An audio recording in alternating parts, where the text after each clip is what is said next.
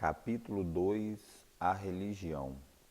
Ensinando em bons modos, confesso francamente e sem rodeios que fui educado de acordo com a religião oficial de meu povo. Fazer travessuras com alguém pelo corredor em plena liturgia sempre me pareceu algo abominável. Desde criança tive o sentido de veneração e respeito. Não quis jamais dar de ombros em pleno culto. Nunca me agradou escapulir dos meus sagrados deveres, nem rir, nem bular das coisas santas. Sem querer agora me enredar em espinhos e espinheiros, devo tão só dizer que em tal seita mística, não importa qual seja seu nome, encontrei princípios religiosos comuns a todas as religiões confessionais do mundo. Para o bem da grande causa, é importante mencioná-los aqui. Céus. São mencionados em todas as religiões confessionais sob diferentes nomes. Entretanto, sempre são 9, tal como diz com tanto acerto o Dante Florentino em seu clássico poema A Divina Comédia. O primeiro céu da Lua, o mundo astral. Segundo céu de Mercúrio, o mundo mental. Terceiro céu de Vênus, o mundo causal. Quarto céu do Sol, o mundo búdico ou intuicional. Quinto céu de Marte, o mundo átmico ou região de Atman, o ser. O sexto céu de Júpiter é também chamado de Nirvana. O sétimo céu, o de Saturno, o mundo paranirvânico. O oitavo céu, o de Urano, o mundo mahaparanirvânico. O nono céu, Netuno, o mundo empíreo. É claro e evidente que estes 9 céus aqui mencionados estão também dentro de nós, aqui e agora, e se penetram e compenetram mutuamente sem se confundir. Obviamente, estes 9 céus estão situados em 9 dimensões superiores, portanto, tratam-se de 9 universos paralelos. Infernos. Não é demais lembrar com certa ênfase especial nesta esotérica mensagem de Natal os diversos infernos religiosos. Solenemente evocamos, façamos memória dos múltiplos infernos pré-históricos e históricos. Lembranças e reminiscências existem em todas as partes sobre infernos chineses, maometanos, budistas, cristãos e etc. Sem dúvida alguma, todos esses variados infernos servem de símbolos para o mundo mineral submerso. Dante Alighieri, o maravilhoso discípulo de Virgílio, o poeta de Mantua, descobre com assombro místico a íntima relação existente entre os 9 círculos inferiores e os 9 céus superiores. O Bardo Todol, o livro do tibetano dos espíritos do outro mundo, ressalta magnificamente diante de nossos olhos a crua realidade dos mundos infernais no interior do organismo planetário em que vivemos. É indubitável que os 9 círculos dantescos no interior da Terra correspondem cientificamente com as 9 infradimensões submersas da região tridimensional de Euclides. Torna-se, portanto, clara e evidente a existência cósmica dos mundos infernos em qualquer mundo do espaço infinito e, obviamente, o reino mineral submerso não é uma exceção do planeta Terra. Angeologia. Todo o cosmos é dirigido, vigiado e animado por seres quase intermináveis de hierarquia e de seres conscientes, tendo cada um deles uma missão a cumprir, e estes não importam como são conhecidos, se é anjos, se são devas, se são Dhyan-Korans e etc. São mensageiros tão somente no sentido de seres agentes das leis kármicas e das leis cósmicas. Variam até o infinito em seus respectivos graus de consciência e inteligência. Todos esses seres são homens perfeitos no sentido mais completo da palavra. Os múltiplos serviços angélicos caracterizam o amor divino. Cada Elohim trabalha em sua especialidade e nós podemos e devemos apelar à proteção angélica. Deus. Todas as religiões são preciosas pérolas engastadas no fio de ouro da divindade. É visível o amor que todas as místicas instituições do mundo sentem pelo divino, Alá, Brahma, Tao, Zen, Iao, Inri, Deus e etc. O esoterismo religioso não ensina ateísmo de nenhum tipo, exceto no sentido que encerra a palavra sânscrita nastica, não admissão de ídolos. Incluindo esses deuses antropomórficos das pessoas ignorantes, coisa absurda seria crer em um ditador celeste que, sentado lá em cima num trono de tirania, lançasse raios e relâmpagos contra este triste formigueiro humano. O esoterismo admite um logos ou um criador coletivo do universo, um demiurgo arquétipo, um demiurgo arquiteto. É inquestionável que tal demiurgo não é uma deidade pessoal, como muitos equivocadamente supõem, senão só a coletividade de Dhyan-Korans, anjos, arcanjos e demais forças. Deus é deuses. Escrito está com caracteres de fogo no livro resplandecente da vida que Deus é o exército da voz, a grande palavra, o Verbo. No princípio era o Verbo, e o Verbo estava com Deus, e o Verbo era Deus. Ele no princípio estava com Deus, mas todas as coisas foram feitas por ele, e sem ele nada do que foi feito se fez. É primário e ostensível que qualquer homem autêntico que alcance realmente a perfeição ingressa por tal motivo na corrente do som, na corrente do verbo. Nas milícias celestes constituídas pelos Budas de compaixões, anjos, espíritos planetários, Elohim, Rishis, Prajapatis, Krishnas, Vishnus e etc., foi-nos dito com grande ênfase que o Logos soa, o Logos vibra, e isso é óbvio. O demiurgo, o Verbo, é a unidade múltipla perfeita. Quem adora os deuses, quem lhe rende culto, pode captar melhor o significado das diversas facetas divinas do demiurgo arquiteto.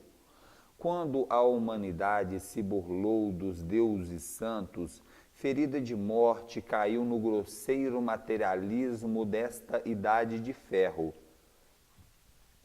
Lúcifer. Podemos e até devemos eliminar radicalmente todos os agregados psíquicos tenebrosos e perversos que levamos dentro de nós. Entretanto, é inquestionável que jamais poderíamos dissolver em nós mesmos a sombra do nosso logos íntimo. Sobre todas as luzes, torna-se claro e evidente que Lúcifer é a antítese do demiurgo criador, a sombra viva projetada no fundo profundo do microcosmos homem. Lúcifer é o guardião da porta das chaves do santuário sagrado, para que não penetrem nele senão os ungidos que possuem o segredo de Hermes. E já que escrevemos este tão detestável nome para os ouvidos piedosos do vulgo, necessário é registrar também que o Lúcifer esotérico da doutrina arcaica é totalmente o oposto disso que os teólogos, como o famoso Desmond Els e o Marquês de Mirville, supõem equivocadamente que seja. Pois Lúcifer é a alegoria do bem, o símbolo do mais alto sacrifício é o Cristo Lúcifer, dos gnósticos e dos deuses da sabedoria sobre infinitos nomes. Luz e sombra, misteriosa simbiose do Logo solar, unidade múltipla perfeita. Inri é Lúcifer. Demônios. As diversas teogonias religiosas pintam como castigados esses logóis divinos que reencarnam em corpos humanos e cometeram o erro imperdoável de cair na geração animal. Esses gênios tenebrosos são anjos caídos, demônios autênticos no sentido mais completo da palavra. É um absurdo asseverar que tais rebeldes houvessem dado à mente do homem. É óbvio que esses anjos caídos são verdadeiros fracassos cósmicos. Portanto, é oportuno citar neste mesmo instante alguns nomes como o de Andrameleque, Belial, Moloque, Baal e etc., cujas horrendas abominações podem ser estudadas por qualquer adepto da loja branca nos registros acásticos da natureza. Precisamos aprender a distinguir o que é uma queda e o que é uma descida. Evidentemente, esses anjos rebeldes não desceram, caíram, e isso é bem diferente. O limbo. Versados na história universal, bem sabemos de forma íntegra que o orco dos clássicos gregos e latinos, ou o limbo dos esoteristas cristãos, não é demais neste tratado enfatizar a ideia transcendental de que o limbo é a antessala dos mundos infernos, o primeiro inferno. Toda caverna conhecida e por se conhecer formam esta vasta e ininterrupta rede que abarca por inteiro o planeta Terra, constituindo o seu conjunto o orco dos clássicos ou limbo do esoterismo gnóstico, o outro mundo, o lugar para onde vamos depois da morte. Ao limbo corresponde aquela mística e terrível alegoria que diz: ali vivem as crianças inocentes que morreram sem ter recebido as águas do batismo. No esoterismo gnóstico, as águas são do tipo genesíaco e constituem o ens seminis, a entidade do sêmen, como disse Paracelso. O batismo sacramental dos diversos cultos religiosos simboliza o sexo yoga, o maituna, o tantra, a magia sexual. Na medula e no sêmen encontra-se a chave da salvação, e tudo que não seja por ali, por este caminho, é certamente inútil e perda de tempo. Crianças inocentes são aqueles santos que não trabalharam com as águas espermáticas do primeiro instantes. Pessoas virtuosas que creram ser possível a autorrealização íntima do ser, sem cumprir com o compromisso do sacramento do batismo. ignoraram a magia sexual ou rechaçaram-a enfaticamente.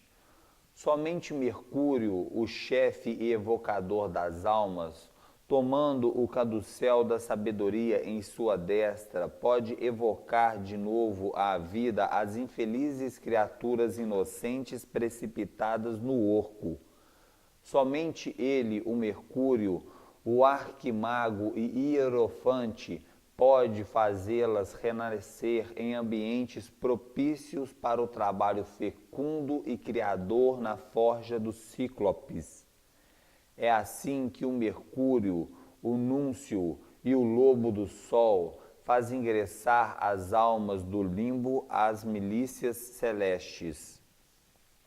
Purgatório. Definimos o purgatório assim: região molecular inferior, zona de tipo sublunar, astral submerso, cama louca secundário. No mundo purgatorial devemos frigir as sementes do mal, aniquilar larvas infra-humanas de todo tipo, purgar-nos de toda corrupção e purificar-nos radicalmente. Dante Alighieri falava sobre o purgatório e ele disse: chegamos até o local que eu antes pensara ser uma rachadura na pedra. Lá, depois de 3 degraus de cores diversas, havia uma porta. No mais alto degrau estava um porteiro calado.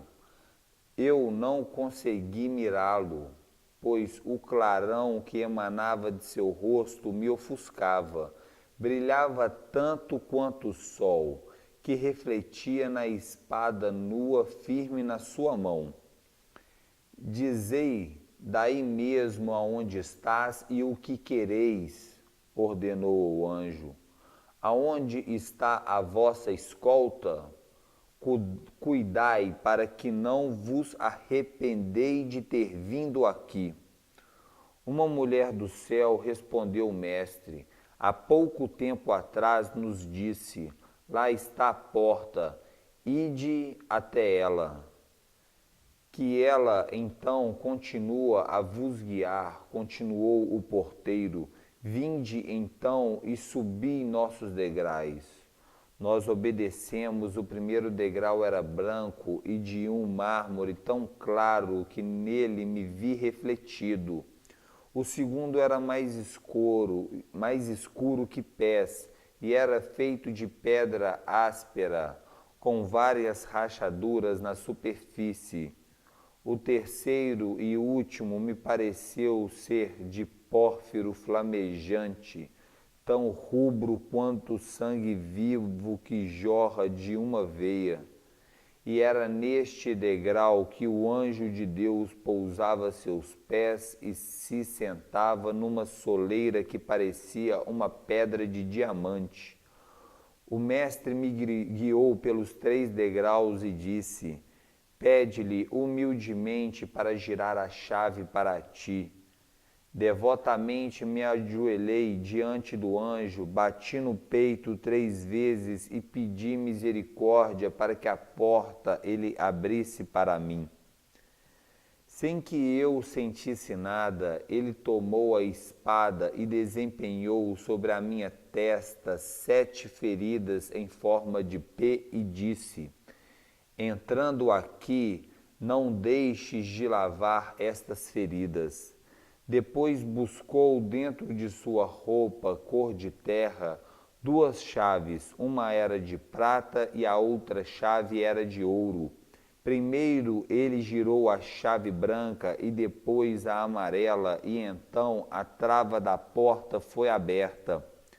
Quando qualquer uma destas chaves falha, a estrada para o purgatório permanece fechada. Uma é mais preciosa, mas a outra requer arte e engenho para que destrave. Eu aguardo estas chaves que pertencem a Pedro.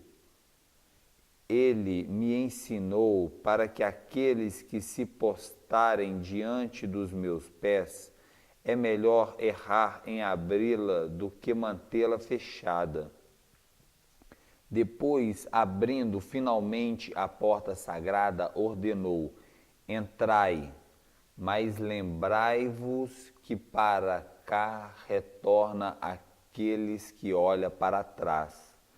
E ouvir o ranger dos pinos da dobradiça daquele portão, o doce som do metal se misturou a um coro que se ocupou meus ouvidos logo que entrei. A vós louvamos, ó Senhor. Pareciam cantar acompanhados pela suave melodia dos metais. Então giraram em suas dobradiças as folhas de sacra porta, que são de metal maciços e sonoras, e não produziu tanto fragor, nem se mostrou tão resistente como a da rocha Tarpeia, quando fui arrojado desta em bom martelo, pelo que ficou vazia. Eu me voltei atento ao primeiro ruído e me pareceu ouvir vozes que cantavam ao som de doces acordes. Te Deum laudaum. A Divina Mãe. Maria, ou melhor diria, Ram-Io, é a mesma Ísis, Juno, Deméter, Ceres, Maia, a Divina Mãe Cósmica, o poder serpentino que subjaz no fundo vivente de toda a matéria orgânica e inorgânica. Maria Madalena. A bela Madalena, fora de qualquer dúvida, a mesma Salambo, Matra, Star, Astateia, Afrodite e Vênus. A aura solar da Madalena, arrependida, é constituída por todas as esposas sacerdotisas do mundo. Bem-aventurado os homens que encontrarem refúgio nessa áurea, porque dele será o reino dos céus. O Cristo. Entre os persas, o Cristo é Osmura, Azura Mazda, a antítese de Arimã, o Satã. Na terra sagrada dos Vedas, Cristo é Vishnu, Krishna, o segundo Logos, a sublime emanação de Brahma, o primeiro Logos. Jesus hindu é o Avatar Krishna. O evangelho deste mestre é similar ao do divino Rabi da Galileia, o Bhagavad Gita. Entre os chineses antigos, o Cristo é Fu Ri, o qual compôs o famoso I Ching, o livro das leis, e nomeará para o bem da humanidade os ministros dragões. No país ensolarado de Quem, na terra dos faraós, o Cristo era de fato Osíris, a quem o encarnava passava por tal motivo a ser um ossirificado. Quetzalcoatl é o Cristo mexicano que agora mora na longínqua Tule, o Deus branco. Imaculadas Concepções. É urgente compreender o que são de fato as Imaculadas Concepções. Estas abundam em todos os cultos antigos. Fu-Ri, Quetzalcoatl, Buda, Krishna e muitos outros são o resultado de Imaculadas Concepções. O fogo sagrado faz fecundo as águas da vida para que nasça o Mestre em nós. Todo anjo é certamente filho da Divina Mãe Kundalini. Ela é realmente virgem antes do parto e depois do parto. Em nome da verdade, solenemente asseveramos o seguinte: o esposo de Devi Kundalini, nossa mãe cósmica particular, é o terceiro Logos, o Espírito Santo, o Senhor Shiva, o primogênito da criação, a nossa mônada íntima, individual, ou melhor diríamos sobre-individual.